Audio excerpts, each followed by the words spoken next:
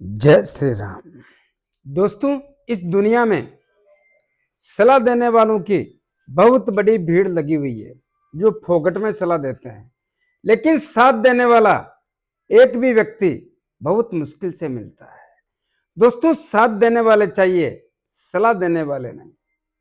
मैं एस्ट्रोलॉजर मदन मोहन लखोटिया मेरे YouTube channel पर आप सबका एक बार पुनः हार्दिक स्वागत करता हूं। आज बात करेंगे कन्या राशि के बारे में। कन्या राशि अप्रैल 2026, 1 अप्रैल 2026 से 30 अप्रैल 2026 तक के लिए मेरे मोबाइल नंबर 9829911500 चंद्र कुंडली के अनुसार जिन लोगों की राशि कन्या बनती है उन तमाम लोगों को यह वीडियो समर्पित करता हूं। दोस्तों, कन्या राशि एक ऐसी राशि जो लंबे समय से बराबर जूझती आ रही है, जिसके कारण आर्थिक, मानसिक, शारीरिक, व्यापारिक और पारिवारिक स्थितियों में बहुत बड़ा तनाव कल भी था, आज भी है और कल भी रहेगा। ऐसी स्थिति का निर्माण होता है और इस राशि के स्वामी बुधदेव हैं और बुधदेव भी वर्तमान समय में आपकी कुंडली के अष्टम भाव में बैठे हैं। अष्टम भाव ठीक नहीं होता है, लेकिन दिनांक 10 अप्रैल 2026 को कुंडली के सप्तम भाव में अपनी नीच राशि में चले जाएंगे। नीच राशि में जाने पर बुधदेव की दृष्टि आपकी कुंडली के लगन भाव पे पड़ेगी, लेकिन याद रहे आपकी कुंडली के सप्तम भाव में शनिदेव अपने शत्रु देवगुरु बृहस्पति की राशि में बैठे हैं और सूर्यदेव वो भी साथ में बैठे हैं। शुक्रदेव बैठे हैं, वो तो यहां से निकल जाएंगे। शुक्रदेव यहां नहीं बैठे हैं भाई, गलत हो गया। शुक्रदेव बैठे हैं यहां पे।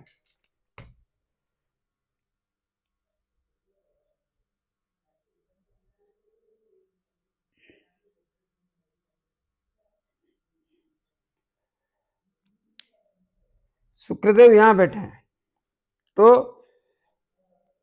वो निकल जाएंगे यहां से, तो यह मामला ठीक नहीं है। लेकिन यहां पर आने पर बुधदेव की दृष्टि आपकी कुंडली के लगन भाव पे पड़ेगी। जैसे ही लगन भाव पे दृष्टि पड़ेगी, स्थितियां यहां की ताकतवर और मजबूत होने का सिम्टम्स देखने को मिलेगा, जिसके कारण लगन में बुधदेव अपनी उच्च राशि होने के कारण अच्छा प्रभाव देने का काम करने का प्रयास करेंगे। लेकिन याद रहे, क्या इस भाव के कारण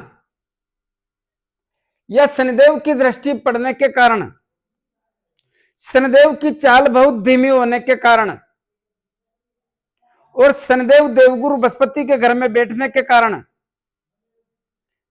कन्या राशि के लोग बहुत सी बार अस्त व्यस्त होने का संकेत भी पैदा करने जैसे सिम्टम्सों का संकेत मिलता है।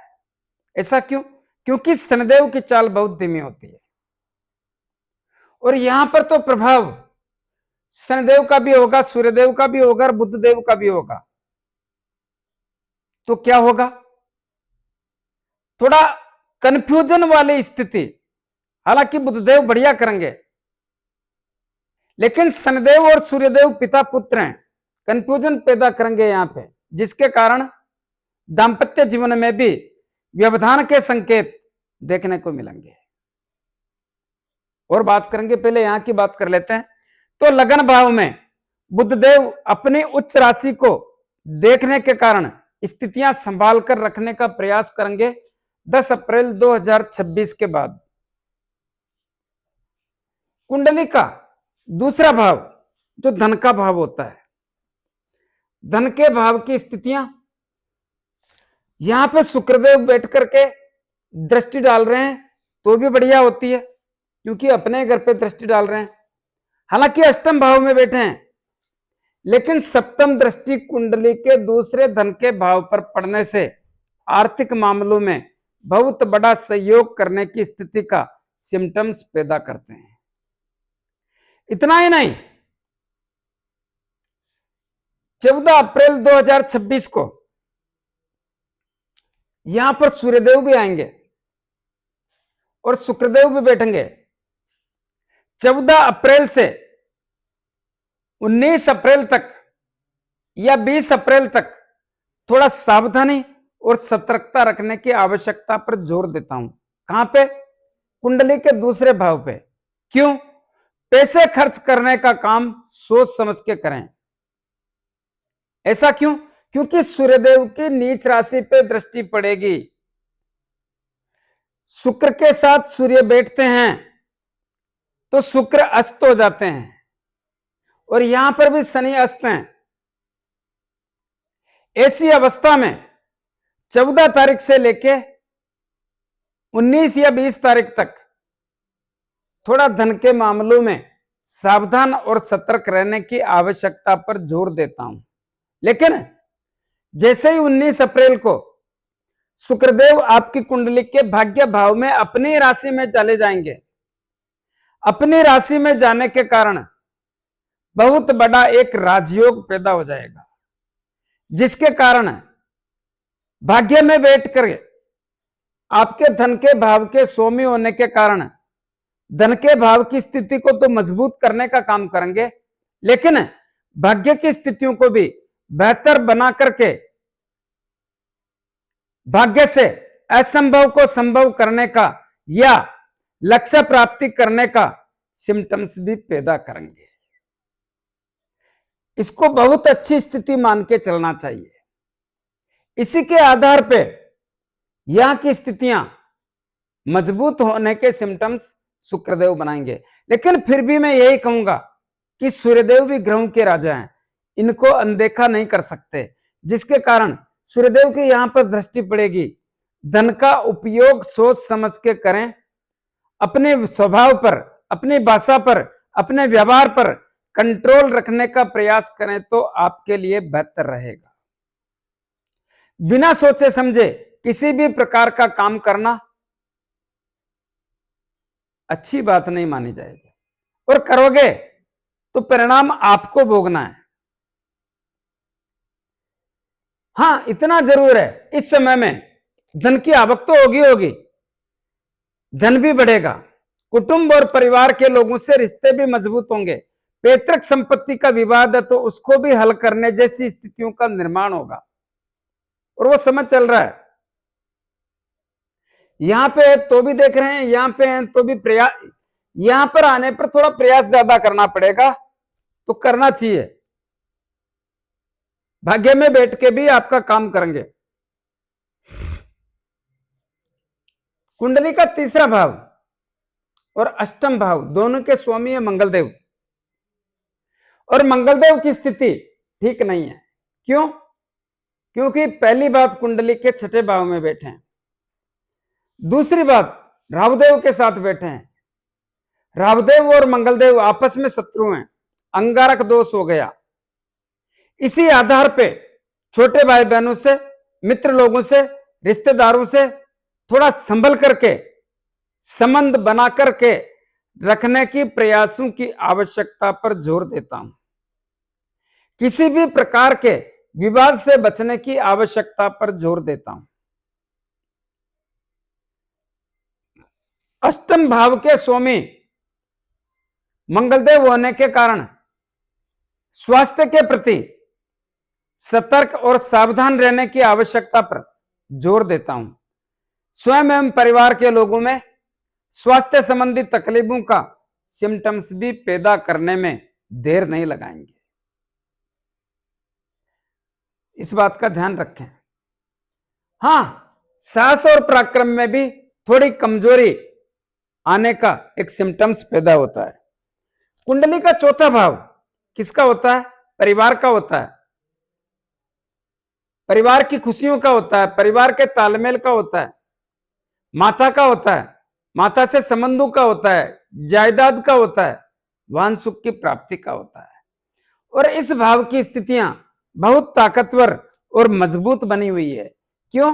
क्योंकि इस भाव के स्वामी देवगुरु बृहस्पति इसी भाव में बैठने के कारण इस भाव की स्थितियों को ताकतवर और मजबूत बनाकर रखने का प्रयास करेंगे, जिसके कारण इस भाव की स्थितियां बेहतर होने के संकेतों का सिम्टम्स देखने को मिलता है। क्या होगा? परिवार में खुशियां जैसी स्थिति, परिवार में खुशियां तो आएगी, तरीके बहुत सारे हैं लेकिन योग यही बनते हैं। माता की सेहत और माता से संबंध मजबूत होंगे। भूमि, भवन, मकान, दुकान, जमीन जायदाद लेने व बेचने के मजबूत अवसरों का सिम्टम्स देखने को मिलता है। इस समय में आप मकान, दुकान, जमीन जायदाद ले सकते हैं, बेच सकते हैं, निवेश कर सकते हैं। वाहन सुख की प्राप्ति के योग भी मजबूत हैं। जिन लोगों के पास में जमीन जायदाद खुद की नाम की खरीद की हुई है, उसमें किसी भी प्रकार का व्यवधान है तो उसको भी दूर करने का एक मजबूत सिम्टम्स देखने को मिलता है।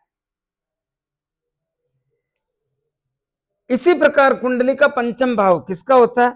शिक्षा का, संतान का, लव एंड रिलेशन का, अचानक धन प्राप्ति का और शेयर मार्केट का। पंचम भाव के स्वामी कौन है? शनिदेव। और कहां बैठे हैं? कुंडली के सप्तम भाव में। किसके घर में? देवगुरु बृहस्पति के घर में। क्या स्थिति है शनिदेव की? पंचम और छठे भाव के स्वामी और कुंडली के सप्तम भाव में देवगुरु बृहस्पति के घर में बैठे हैं। शनिदेव और देवगुरु बृहस्पति मित्र नहीं है, जिसके कारण पंचम भाव के परिणामों में थोड़ा सावधान और सतर्क रहने की आवश्यकता पर जोर देता हूं। और वैसे भी सूर्यदेव के साथ बैठे हैं शनिदेव, लेकिन बैठे तो बृहस्पति के घर में है ना, तो क्या हो गया? शिक्षा के क्षेत्र में बहुत सावधानी रखने की आवश्यकता पर जोर देता हूं। किसी भी प्रकार से लापरवाही की स्थिति पैदा ना होने दें। ऐसा क्यों? क्योंकि शनिदेव की चाल बहुत धीमी होती है। शनिदेव आपकी मति भ्रमित करके लक्ष्य प्राप्ति से दूर करने का सिम्टम्स पैदा करेंगे। संतान की चिंता या संतान के कारण चिंता जैसी अवस्थाओं का आभास होने के संकेतों का सिम्टम्स मिलता है। लव एंड रिलेशन की स्थितियां इतनी मजबूत होने के योग देखने को नहीं मिलते। कहीं ना कहीं व्यवधान के कारण लव एंड रिलेशन में सफलता मिलने में तकलीफों का ही सामना करने जैसी अवस्था का आभास मिलता है, या लव एंड रिलेशन में धोखा होने जैसी स्थितियों का सामना करने जैसी स्थिति का निर्माण होता है। अचानक धन प्राप्ति होने की बजाय अचानक नुकसान होने का योग देखने को मिलता है। और शेयर मार्केट से भी लाभदायक स्थितियों का आभास होने के संकेत नहीं मिल रहे हैं। कुंडली का छठा भाव, शनिदेव के घर में राहुदेव बैठे हैं। यह मामला तो ठीक है, लेकिन राहुदेव और मंगलदेव की युति बनती है, यह मामला ठीक नहीं है। इस युति के कारण कहीं ना कहीं ऋण, रोग, शत्रु, भय, पुलिस केस, अदालती मामले, मन में भय लगना, षड्यंत्रकारी लोगों का शिकार होना, इनमें से कुछ भी हो, कोई सी भी गतिविधि के कारण आपको बार बार तनाव जैसी स्थिति का आभास होने के संकेतों का सिम्टम्स देखने को मिलता है, जिसके कारण थोड़ा मन में उद्वेगना जैसी स्थिति का आभास होने के संकेत भी देखने को मिलेंगे। ऐसी संभावना प्रकट करता हूं। तो यहां पर देखिए, थोड़ा किसी पर भरोसा ना करें, जल्दबाजी में भरोसा करना ठीक नहीं है। विशेष रूप से इस बात का, हाँ एक बात और कहना चाहूंगा, किसी को पैसा उधार देने से पहले सोचना चाहिए। विशेष रूप से ऋण, रोग, शत्रु, इन मामलों में थोड़ा सावधानी रखें तो ठीक रहेगा। एक दबाव और तनाव जैसी स्थिति का निर्माण होता है इनके द्वारा। कुंडली का सप्तम भाव क्या कहता है? सप्तम भाव होता है व्यापार का, दाम्पत्य जीवन का, विवाह शादी संबंध का। इस भाव की स्थितियां बेहतर होने के संकेतों का सिम्टम्स नहीं मिल रहा है। क्यों? क्योंकि शनिदेव बैठे हैं। क्या होता है, शनिदेव की चाल बहुत धीमी है और देवगुरु बृहस्पति के घर में बैठे हैं, जिससे क्या होगा, जिससे व्यापार के क्षेत्र से, जो आप व्यापार के क्षेत्र से सफलता चाहते हैं, वो सिस्टम नहीं बन पाएगा, नहीं बन पाएगा। दूसरी बात, शनिदेव और सूर्यदेव की जो यहां पे युति बनी हुई है, वो भी थोड़ा व्यवधान पैदा करती है, लेकिन फिर भी शनिदेव अकेले ही ऐसा व्यवधान करते हैं जिसके कारण व्यापार के क्षेत्र में तकलीफों का सिलसिला कल भी बना हुआ था, आज भी बना हुआ है, कर भी रहेगा। दांपत्य जीवन की स्थितियां थोड़ी तनावपूर्ण, क्यों? क्योंकि यह जीवन साथी का घर है और इसमें शनिदेव बैठे हैं देवगुरु बृहस्पति के घर में, जिसके कारण दांपत्य जीवन में जिस प्रकार से व्यवहार और संबंध होने चाहिए, उनमें एक तकलीफजनक स्थिति का आभास होता है। एक ऐसा व्यवधान जिसको सहना भी मुश्किल है और कहना भी मुश्किल है। ऐसी स्थिति के कारण थोड़ा मानसिक तनाव, विवाह शादी संबंध के योगों में भी मामला थोड़ा तनावपूर्ण रहता है। बुद्धदेव बैठे हैं तो बुद्धदेव तो ऐसी स्थिति में बैठे हैं कि देवगुरु बृहस्पति के घर में बुद्धदेव और बुद्धदेव के घर में देवगुरु बृहस्पति, ये तो मान लिया, लेकिन शनिदेव एक पाप ग्रह, क्रूर पाप ग्रह होने के कारण और शनिदेव और सूर्यदेव की युति होने के कारण, और वैसे भी शनिदेव अकेले भारी पड़ते हैं, किसी की जरूरत नहीं पड़ती, तो यहां पर थोड़ा सावधानी रखें। अष्टम भाव स्वास्थ्य से संबंधित थोड़ा सावधानी रखें, क्योंकि यहां पर सूर्यदेव भी आ रहे हैं और अष्टम भाव ठीक नहीं होता है। भाग्य भाव की स्थितियां मजबूत रहेगी, भाग्य प्रबल रहेगा, भाग्य से लक्ष्य प्राप्ति के अवसर बनेंगे, भाग्य साथ देगा तो बहुत कुछ बदल जाएगा और भाग्य साथ देगा। कुंडली का दसम भाव कर्म और कैरियर, नौकरी एवं सरकारी नौकरी। दोस्तों याद रहे, समय, पानी और मन एक जगह नहीं रुकता। बहुत लंबे समय से ऐसा समय बना है, इसका जितना लाभ ले सकते हैं लेने का प्रयास करें। आगे बढ़ने से पहले निवेदन करना चाहूंगा, पहली बात, कुछ लोग मेरे नाम से फोन कर रहे हैं पैसा प्राप्त करने के लिए, थोड़ा सावधान और सतर्क रहें। मेरे मोबाइल नंबर यही है और इसीलिए इनको लाल अक्षरों में लिखा है कि आप सावधान और सतर्क रहें। बिना सोचे समझे किसी को भी पैसा देने का प्रयास ना करें। दूसरा, मेरे इस वीडियो के डिस्क्रिप्शन में एक लिंक मिलेगा, वहां पे मेरा एक ऐप मिलेगा। मैंने सभी राशियों के 2026 का वार्षिक फलादेश, मेष राशि से लेकर मीन राशि तक, आपके जीवन में 2026 में क्या हो सकता है, लाभ या हानि, व्यापार, दांपत्य जीवन, ऋण, रोग, शत्रु, नौकरी, सबके बारे में बहुत अच्छी स्थिति से बताने का प्रयास किया है।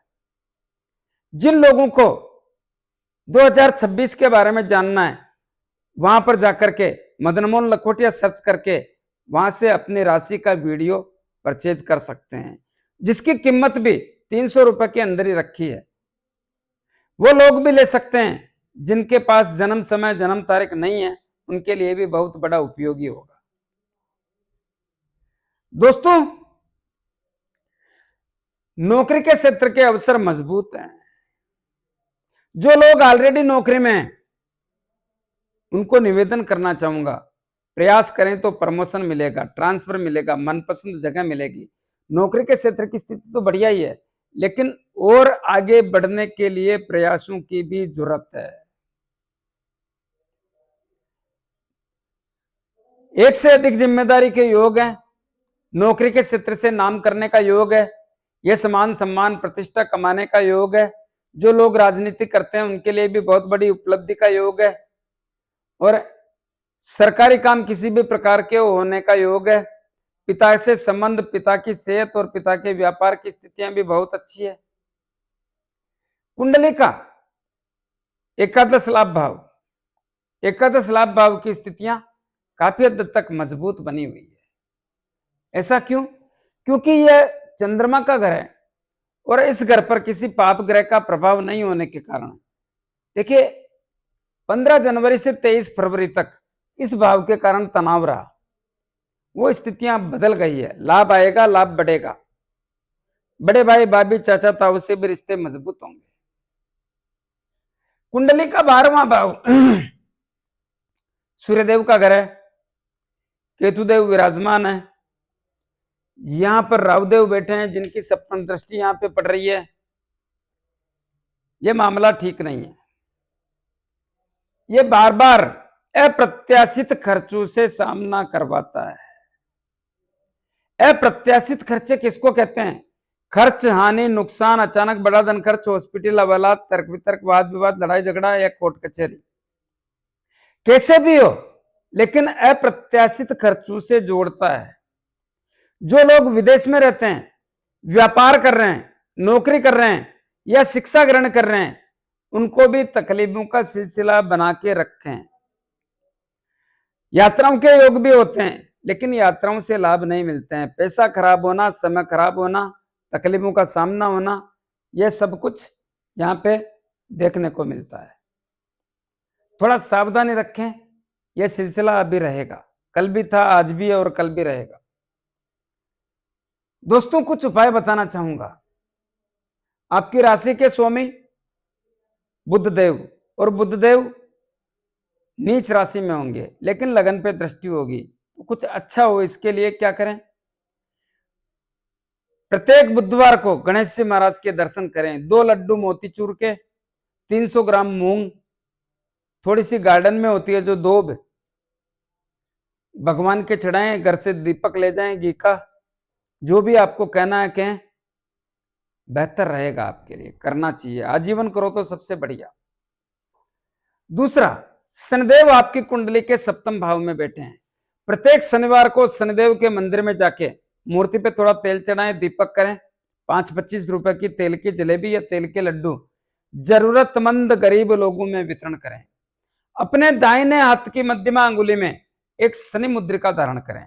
किसको कहते हैं शनि मुद्रिका? जो घोड़े के पांव में नाल लगती है उसके लोहे की अंगूठी, या समुद्र में चलने वाले जहाज के लोहे की अंगूठी बना करके शनिदेव के 23,000 मंत्रों से अभिमंत्रित करके शनिवार को संध्या काल में धारण करें, बेहतर रहेगा आपके लिए।